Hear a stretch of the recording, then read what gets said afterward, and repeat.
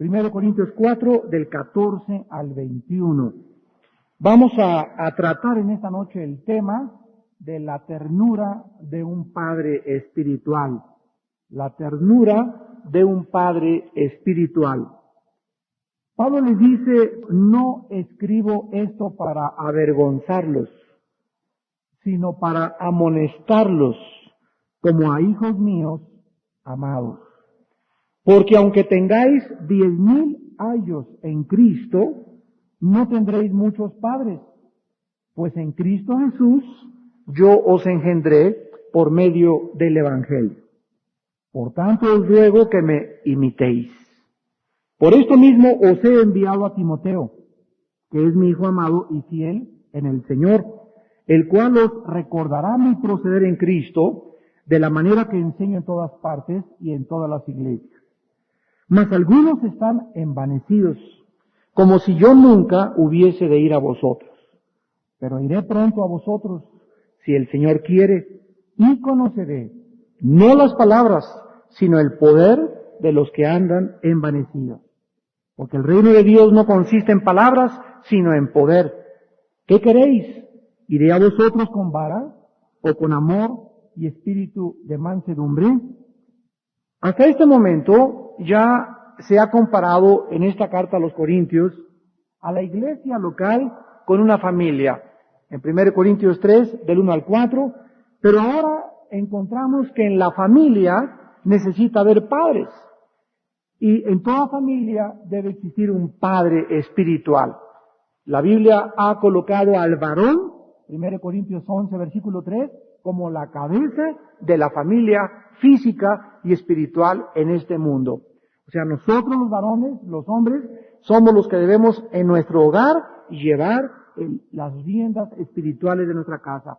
Nosotros debemos de ejercer la disciplina en nuestra casa, debemos de educar a nuestros hijos en la Biblia, debemos de discipular a nuestra esposa, debemos de tomar las decisiones espirituales de nuestra casa y debemos ser coachados, ¿verdad? O ayudados, alentados por nuestra esposa, nuestra compañera, nuestra amiga que Dios nos ha dado, la madre de nuestros hijos. Entonces en la iglesia también hay padres espirituales. Y cada uno de nosotros, cuando tú ganas a alguien para Cristo, te conviertes inmediatamente en su mentor o en su padre espiritual. En ninguna de las cartas, Pablo jamás se llamó a sí mismo padre, porque recordaba las palabras de Jesús en Mateo 23, versículos del 8 al 12, cuando Jesús dice, pero vosotros no queréis que os llamen rabí. Rabí significa maestro, porque uno es vuestro maestro, el Cristo, y todos vosotros sois hermanos, y no llaméis Padre vuestro a nadie en la tierra, porque uno es vuestro Padre, el que está en los cielos. Ni seáis llamados maestros, porque uno es vuestro maestro, el Cristo. Estas palabras de Cristo no están contradiciendo al apóstol Pablo, porque aparentemente podríamos encontrar alguna incongruencia. Por un lado dice Jesús que no llamemos a nadie maestro, y Efesios 4, 11 y 12 dice, y Dios puso a unos apóstoles, profetas, evangelistas, pastores y maestros. Cristo dice que no llamemos Padre, y el apóstol Pablo se llama y les dice a los corintios que Él es el Padre. ¿En dónde encontramos pues nosotros la congruencia? Vean ustedes en primer lugar que Pablo se está refiriendo no a que le llamen Padre nuestro, o sea, el único Padre, porque él dice claramente, los engendré por medio del Evangelio en Cristo Jesús. Pablo no se está atribuyendo la prerrogativa que le pertenece a Dios de darnos la vida espiritual, sino que Pablo está diciendo que los corintios eran sus hijos espirituales en esta vida. Dice, vean ustedes en 2 Corintios 1, versículo 24, que no quiere decir esto el que tú tengas un pastor o el que tengas un padre espiritual, no quiere decir que ninguno de nosotros jamás, esto es muy importante, debemos enseñorearnos de ninguna oveja. Dice 2 Corintios 1:24, no que nos enseñoreemos de vuestra fe, sino que colaboramos para vuestro gozo, porque por la fe estás firme. Hace 4 días me hablaron de Cuernavaca para decirme lo siguiente. Fíjate, hermano, que hay una muchacha que va a una iglesia y que hicieron en otro lado un desayuno, y cuando fue al desayuno regresó a su iglesia y el pastor la sentó en una banca como si la fueran a acusar, la interrogó, nada más le faltó que le pusieran una luz así como la Gestapo en los nazis en la Segunda Guerra Mundial. ¿Y a dónde fuiste? ¿Y qué predicaron? ¿Y qué dijeron? Y la hermana esta, después de esta presión a la que fue sometida en esa iglesia, lo fue a contar a unos misioneros, los cuales le aconsejaron que ella no podía seguir perteneciendo en esa iglesia porque ese pastor que la interrogó de esta forma quería enseñorearse de su fe. O sea, todavía le dijera, pues fui con los mormones o fui con los testigos de Jehová, y le dijeron, pues si tú vuelves a ir a esos seminarios, y si tú vuelves a ir a otra iglesia que no sea esta, y si tú no nos preguntas antes, y si tú no escoges el novio que nosotros te digamos, y comenzaron a presionarla tanto que esta muchacha se dio cuenta que le estaban robando su vida y su libertad que tenemos en Cristo Jesús. Entonces, no es posible que nosotros podamos enseñorearnos o tener control sobre las personas. Ya lo hemos hablado muchas veces. Hay otras ovejas que llegan a la iglesia y le dicen, pues hermano, me voy a otra iglesia. No, no te vayas porque aquí naciste. Y comienzan a intimidarla, a ejercer coerción, a tratar de presionarla para que la persona no se vaya a otra iglesia. Y lo que se nos olvida a muchos líderes espirituales es que todos ustedes necesitan, yo también, y todos necesitamos diferentes maestros. Hay unos que enseñan sobre liberación, hay otros sobre los dones, otros sobre doctrina, otros sobre profecías bíblicas, y todos tenemos diferentes dones. Entonces ahí me encanta escuchar a un maestro, me encanta escuchar a otro, tengo mi iglesia, pero puedo oír cassette de una cosa que en mi iglesia no enseñan y enriquecer mi vida espiritual. Y nadie me puede intimidar ni amenazarme de por qué estoy oyendo a otros maestros cuando mi vida espiritual necesita el alimento de diferentes fuentes. Mientras este alimento, ¿verdad?, esté basado en la palabra de Dios. Entonces, Pablo es lo que les quiere poner énfasis.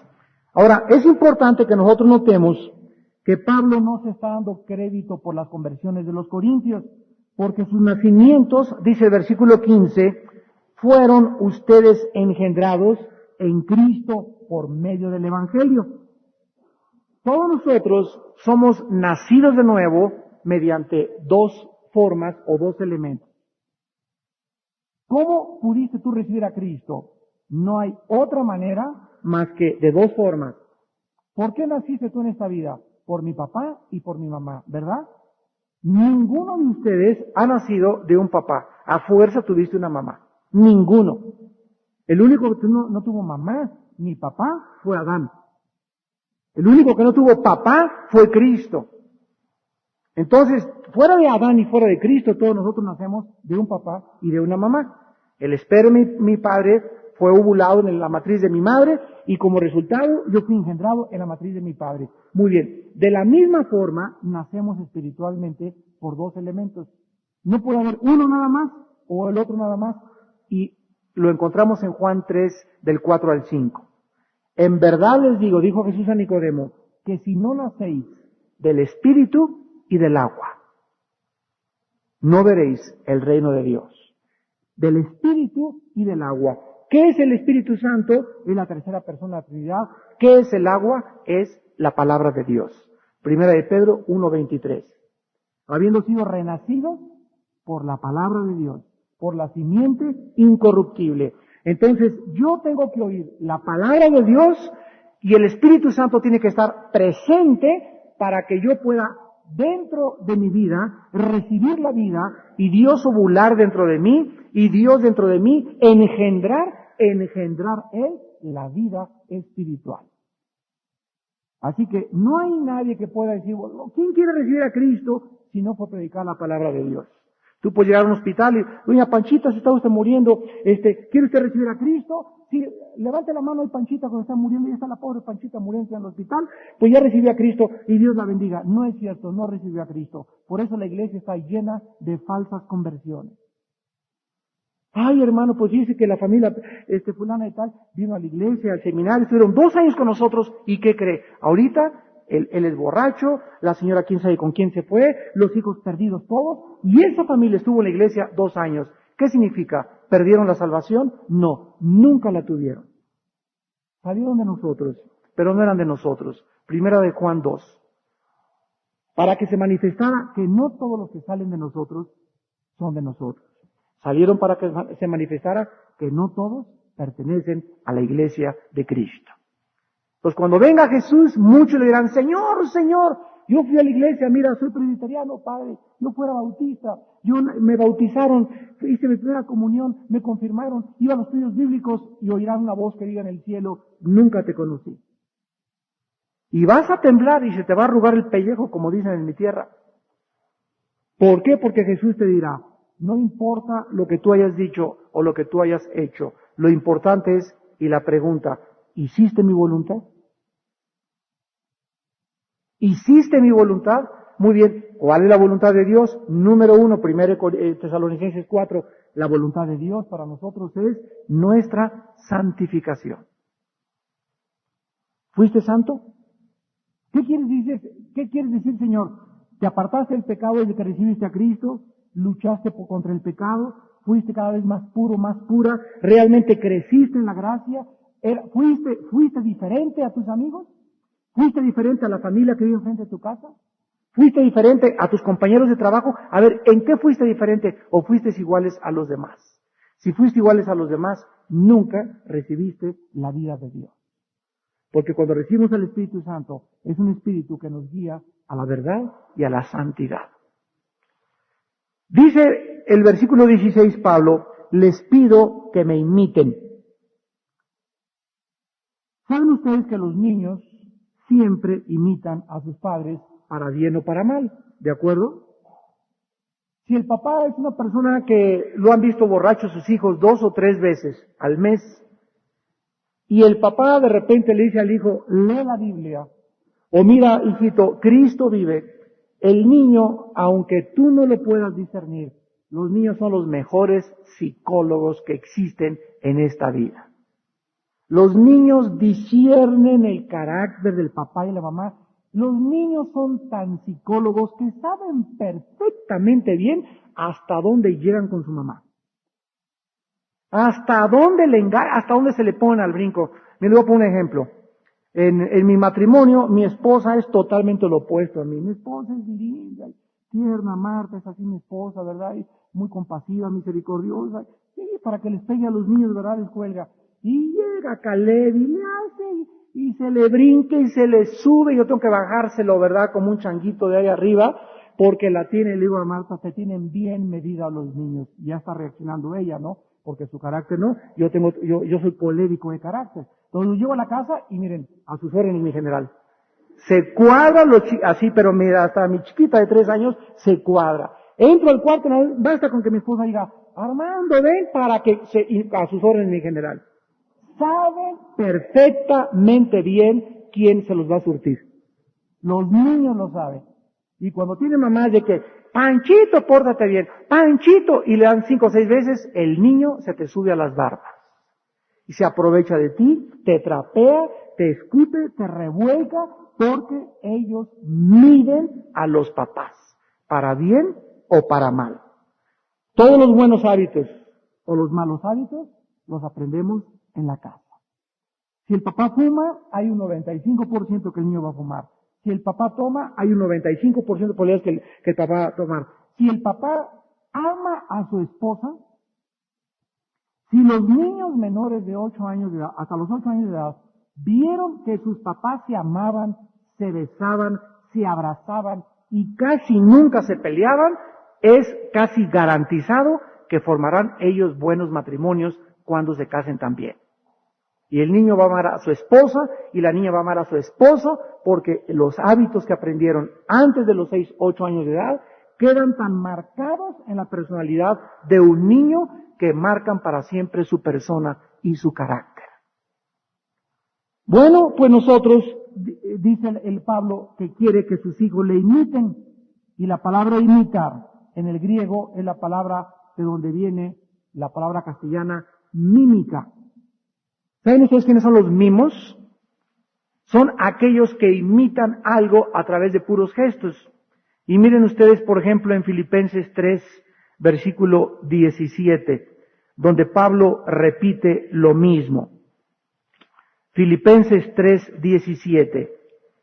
Hermanos, sed imitadores de mí, y mirad a los que así se conducen, según el ejemplo que tenéis en nosotros.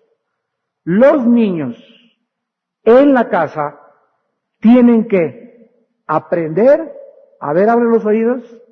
No, tú les puedes enseñar a tus niños geometría, les puedes decir Dios vive, mira mijito, es lindo Jesucristo, mira yo soy cristiana. Todo lo que les digas a los niños lo echas a la basura si no aprenden con nuestro ejemplo. Si no hay un ejemplo, si mis obras no respaldan mis palabras, convierto a mi hijo pequeño, menor de edad, en un hipócrita. Y cuando él crezca, va a desarrollar lo que se llama una personalidad desintegrada. ¿Saben de dónde viene la palabra integrado? La palabra integrado viene de la palabra latina integral o íntegro. La palabra íntegro viene de ahí. ¿Quién es una persona íntegra? Dice el Salmo 15. ¿Quién subirá al monte de Jehová? Los que son íntegros en su corazón. ¿Quiénes son los íntegros? ¿De dónde viene la palabra integración o integral? Es la persona que lo que dice, lo hace. Esa es una persona íntegra. Lo que yo digo, lo respaldo con mis hechos. La fe sin obras es muerta. Si yo digo una cosa y hago otra cosa, me estoy desintegrando en mi personalidad. Los psiquiatras podrían clasificar este fenómeno como esquizofrenia. La palabra esquizofrenia significa, en el original griego, viene de esquizos y frenos, significa mente dividida. Y dice en Santiago 1, los hombres o mujeres de doble ánimo son inconstantes en todos sus caminos. Entonces, cuando yo digo una cosa y hago otra cosa, comienzo a desintegrarme sin que yo me dé cuenta. Y comienzo a ser afectado mentalmente porque mi mente está dividida. Pienso una cosa, pero hago otra cosa. Entonces no puedo integrar mi personalidad. Mi personalidad se integra hasta que lo que digo lo respaldo con mi vida y con mi ejemplo. Fuera de esto, tú no tienes una personalidad integrada, y una persona que dice una cosa y hace otra cosa no puede tener paz en su vida. No puede tener seguridad en su vida. No puede tener dirección en su vida. Porque lo que nos da paz, seguridad y dirección es ser íntegros en toda nuestra manera de vivir. Sean santos, 1 Pedro 1, en todas las áreas. Sé santo en el metro, sé santo en la tienda de enfrente, sé santo cuando manejes, sé santo cuando vas al cine, sé santo. No seas santo aquí en la iglesia. Porque aquí los cristianos todos traen cara de San Martín de Porres. Ahorita los veo a todos y todas las muchachas así, las señoras, todos traen cara de, y los fotografiara parecerían que estuvieran ya junto con Gabriel en el cielo. Pero esta cara que tú tienes ahora, ¿la tienes en el trabajo? ¿La tienes en tu familia? ¿Cómo te comportas en la iglesia? ¿Te comportas en la casa de tus amigos? ¿O cuando vas a Acapulco tú solo? ¿O cuando vas de vacaciones? Si tú eres una cosa aquí y eres otra cosa en otro lado, te estás desintegrando. Tu personalidad comienza a apartarse y sin que tú te des cuenta, estás cayendo en lo que Jesús odia y abomina. Y a los únicos seres humanos que Cristo les gritó y de los que no tuvo compasión ni misericordia fueron a los fariseos. Y en Mateo 23, más de 10 veces les grita, hipócritas. Porque decían una cosa y hacían la otra. Cuando Pablo pastoreó la iglesia de Corinto, les dejó un ejemplo. Miren 1 Corintios 1:1.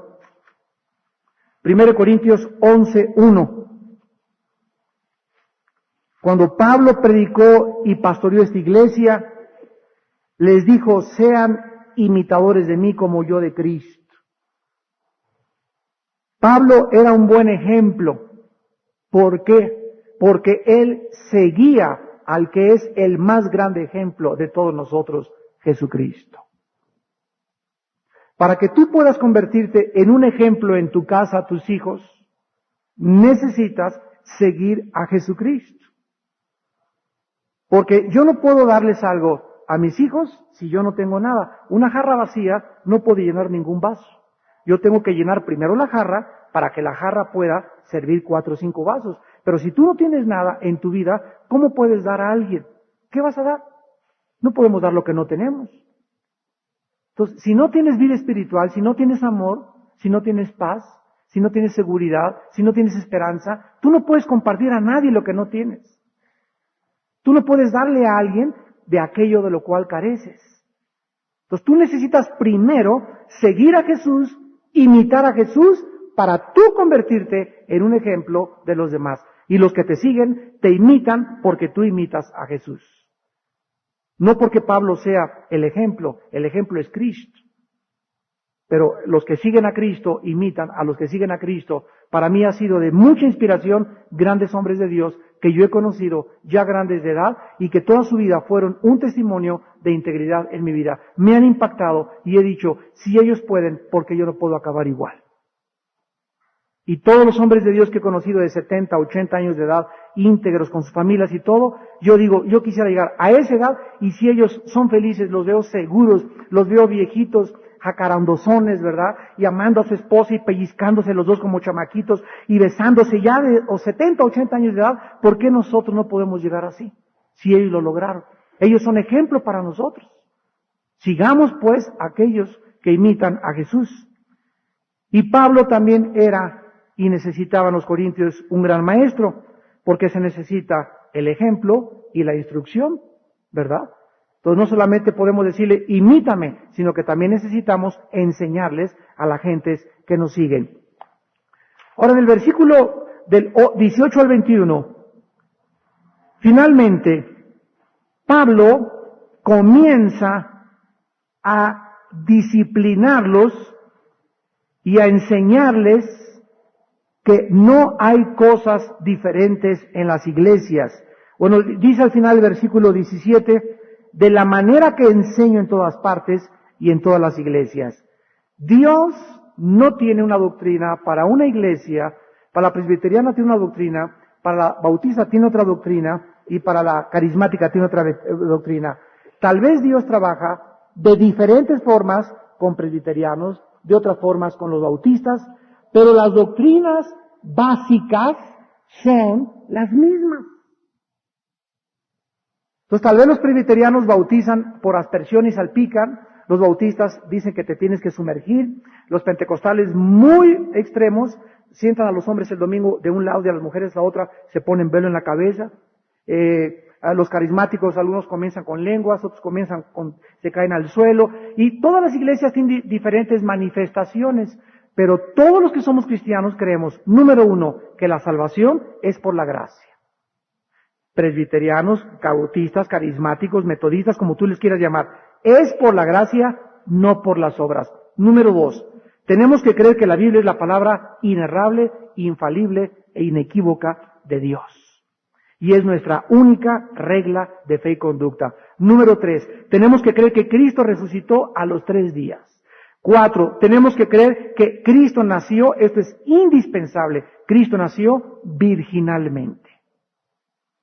Si tú me dices que no crees que Cristo nació virginalmente, aunque vayas, no me importa tu iglesia, no eres mi hermano. Fuera de estos 4 fundamentos, como bautizan, como brincan, como hablan, son cosas secundarias, no esenciales para la salvación. Que quede muy claro esto. Entonces, como no son cosas esenciales, porque en lo esencial estamos de acuerdo, somos hermanos. ¿Por qué los mormones no pueden ser nuestros hermanos? Porque los mormones no creen en la salvación por gracia, creen por las obras. ¿Por qué los testigos de Jehová no pueden ser los hermanos? Porque creen que se tiene que trabajar para ganarte el cielo.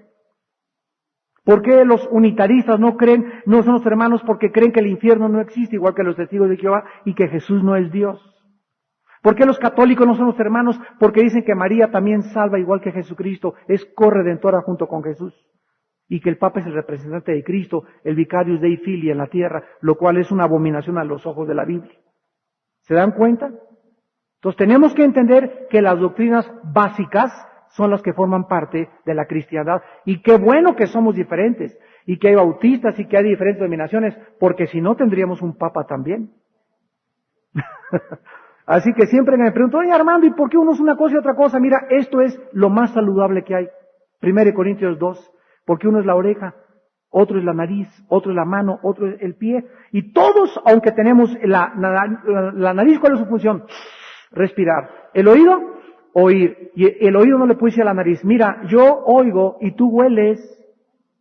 Y la nariz, yo huelo, soy más grande que tú porque tú no puedes oler, pero yo por lo oigo. ¿Saben qué? Esto se llama carnalidad e infantilismo.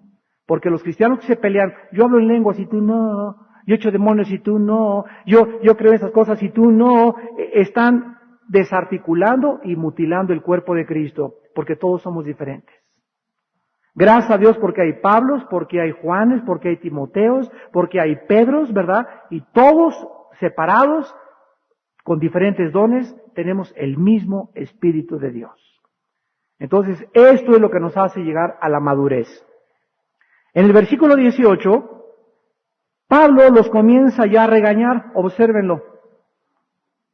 Y después de llamarles hijos amados, yo soy su papá, les dice, muchos de ustedes están ensoberbecidos. Pongan atención, la voluntad de un niño debe ser rota, mas no destruida. A ver otra vez, la voluntad de un niño debe ser rota. En otras palabras, todos los niños pequeños, dicen Proverbios, la necedad está ligada, amarrada, unida. Nacen los niños tercos. Son tercos y te llevan la contra en todo lo que puedan llevártela, unos más que otros. Hay unos más dóciles, gracias a Dios, pero todos son, ¿verdad?, contreras. Los niños cuando crecen, y solo Dios lo puede saber por qué los hizo, ¿verdad? Y lo dice en Proverbios, la necedad está ligada al corazón del muchacho, mas la vara de la corrección lo apartará. O sea, la necedad está ligada a la naturaleza humana y solo el castigo físico nos hace esto, nos separa de la necedad, desgraciadamente. Quisiéramos, Panchito, por favor, mi amorcito lindo, mi pirulí, por favor, pórtate bien, mi vida, ya no me agarres ese cenicero. Pero desgraciadamente, la Biblia nos enseña que esto no funciona con muchos niños. Hay veces que tenemos que surtírnoslos y darles sus buenas, su pao, en el momento oportuno, por la ocasión, tampoco por cualquier cosa. Hay papás que por no tener sabiduría, por cualquier cosa, hasta patadas agarran a los niños. O les pegan por una tontería, porque son impacientes, irritables, llegas del trabajo y te exasperan y ya por cualquier cosa, ya lastimaste el espíritu de tu hijo. Y la voluntad se tiene que romper, pero no podemos destruir sus espíritus. Porque si tú los castigas de una forma dictatorial, los lastimas profundamente en su espíritu. Un potro salvaje, un caballo salvaje, debe ser domado para poder ser usado. Si tú no domas al potro, no puede aprender a obedecer. Y desgraciadamente se le necesita aplicar las espuelas y subirte ahí para que el caballo salvaje aprenda esto, que la persona que trae arriba es la que manda. Vean Salmo 32.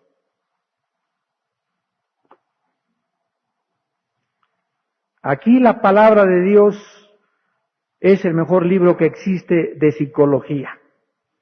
Dice en el Salmo 32, versículo 8 y 9. Salmo 32, 8 y 9. Fíjense lo que nos dice Dios. Te haré entender.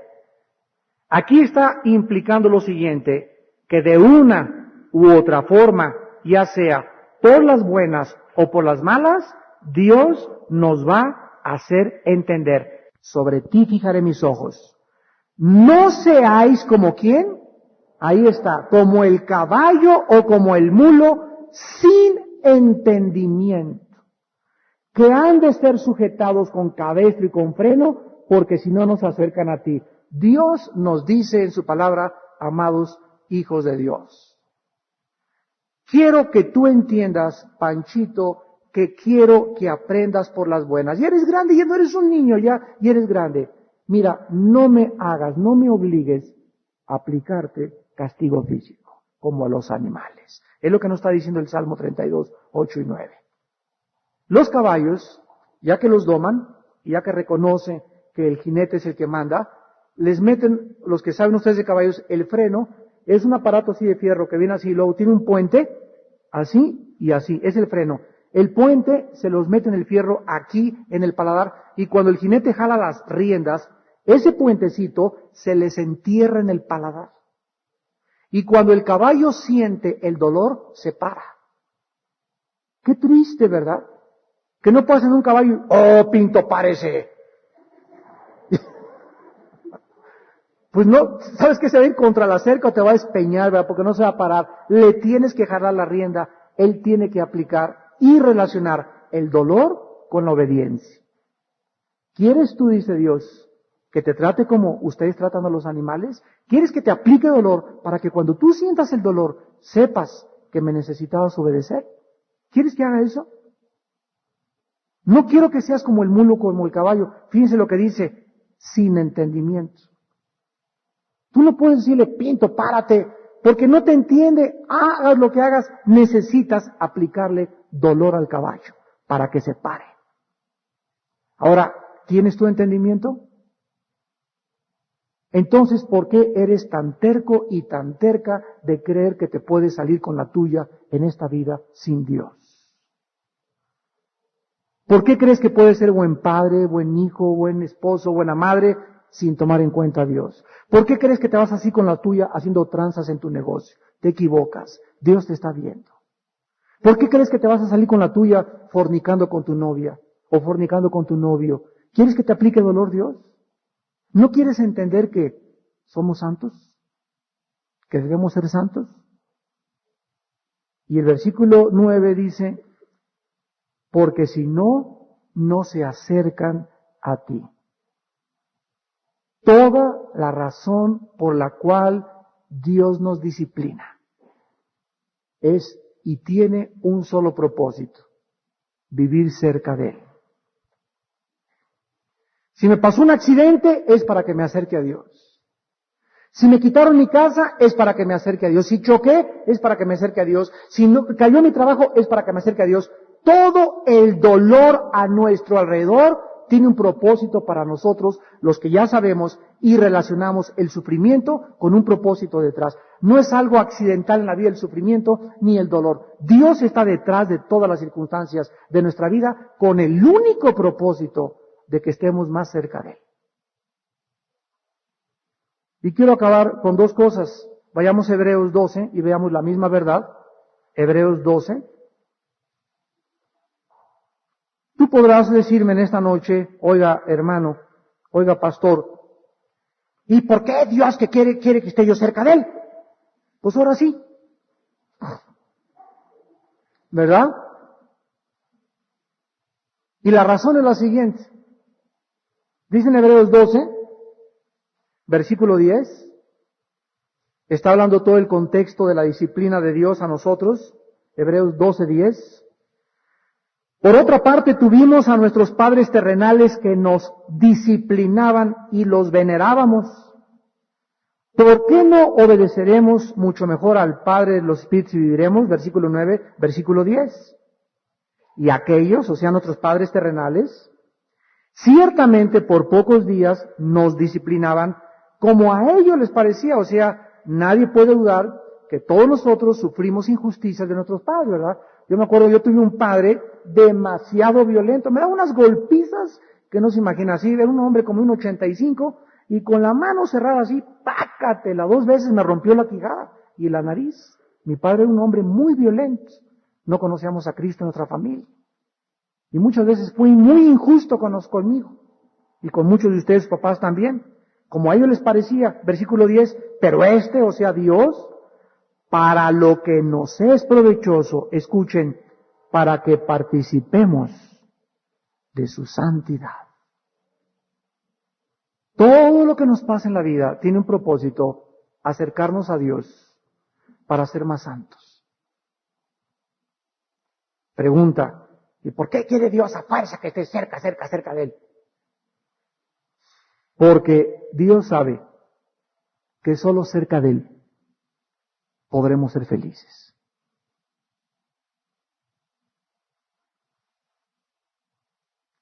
Nadie puede alejarse de Dios y ser feliz en la vida. Nadie. Es la mentira más grande de Satanás. Dios nos crió para Él y de Él somos y por Él existimos y nos movemos. Solo cerca de Dios y solo cerca de Cristo descubrimos quiénes somos, de dónde venimos, a dónde nos dirigimos. Solo cerca de Dios tenemos paz. El que habita al abrigo del Altísimo, el que vive cerca de Dios, cubierto por Dios, vivirá protegido por Dios. Salmo 91. Juan 15:5, separados de mí, lejos de mí, nada podéis hacer. Dios sabe que cuando nosotros nos alejamos de Él, vamos a sufrir. Escuchen, con esto voy a acabar. Si nos alejamos de Dios, Él sabe que vamos a sufrir. Entonces Dios prefiere lastimarnos físicamente a que nos perdamos viviendo y sufriendo más lejos de Él. Había un pastor que tenía una ovejita que era terca. Y la ovejita se saltaba las trancas y ahí iba el pastor detrás de la ovejita. Venga, métase para adentro. A la 4ª vez que la ovejita se brincó las trancas y que el pastor tuvo que ir a traerla porque ya los lobos se la andaban comiendo, ¿saben lo que hizo el pastor? Le rompió una pata. Y la ovejita le preguntó al pastor, ¿qué no me amas? ¿Por qué me rompiste la patita? Y el pastor le contestó y le dijo, porque prefiero verte coja y segura que sana en manos de los lobos. Si tu ojo te es ocasión de caer, sácalo. Si tu mano te es ocasión de caer, córtala. Si tu pie es ocasión de caer, córtalo, porque es preferible entrar al cielo cojo, tuerto o manco que al infierno entero y sano. ¿Quieres que Dios aplique una disciplina tal en tu vida que Dios tenga que hacer algo que te cause mucho dolor, pero que te salve y que te mantenga dentro de Él? Fíjense que había una muchacha también, el último ejemplo que cuento, que se llamaba, ya no me acuerdo, pero es una muchacha, hay un libro de ella que está paralítica y pinta con las manos, ¿cómo? Johnny, exactamente, esa muchacha. La vi, yo les recomiendo su vida.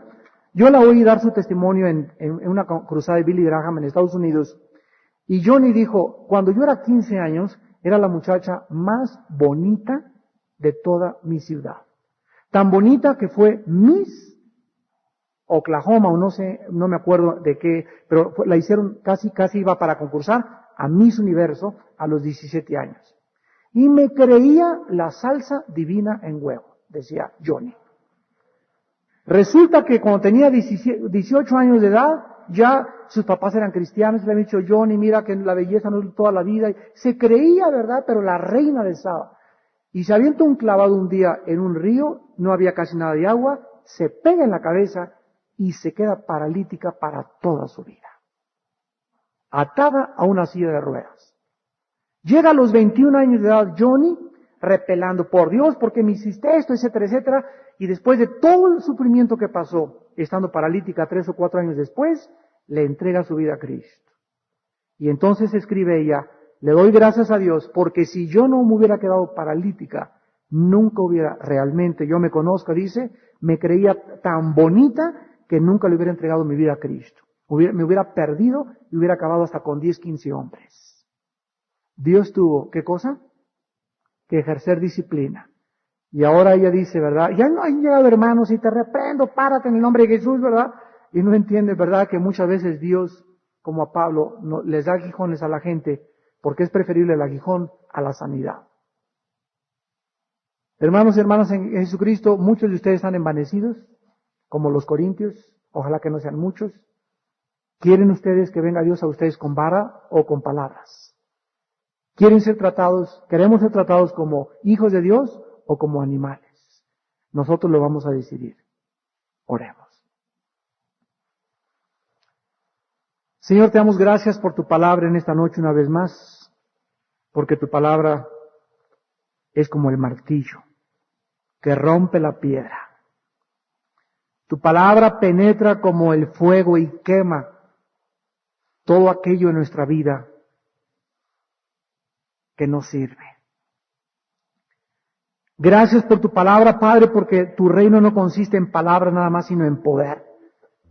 Y cada uno de nosotros, en esta noche, somos testigos de que tú vives, de que eres real, de que hace 2000 años veniste a este pobre mundo pecador, a este basurero que cada día apesta más, a morir y a pagar con tu sangre por todos nuestros pecados. Porque de tal manera amó Dios al mundo que ha dado a su Hijo unigénito, para que cualquiera de ustedes en esta noche que en Él cree no se pierda, mas tenga vida eterna. Mas Dios muestra su amor para con nosotros en que aun cuando vivíamos en pecado, Cristo murió por nosotros.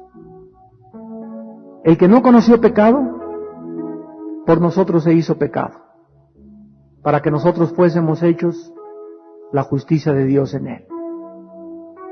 Mas Él herido fue por nuestras rebeliones, molido por nuestros pecados.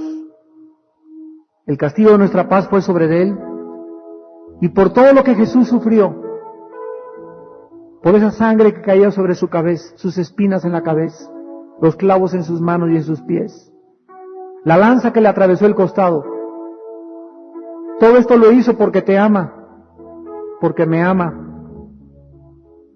porque no hay mayor amor que el que da su vida por los demás. Y si Él dio su vida por ti, ¿por qué tú vives de una forma tan carnal, tan fría? ¿Por qué vives una vida tan superficial y tan hueca y tan vana? ¿Por qué no has tomado en serio a Dios? ¿No has entendido el grande precio que Dios pagó por nosotros? ¿Quieres que Él venga a tu vida con vara? ¿Quieres que te trate como a un animalito? ¿Tú lo vas a decidir? Responde a su gracia y a su perdón. Y en esta noche arrepiéntete de tus pecados.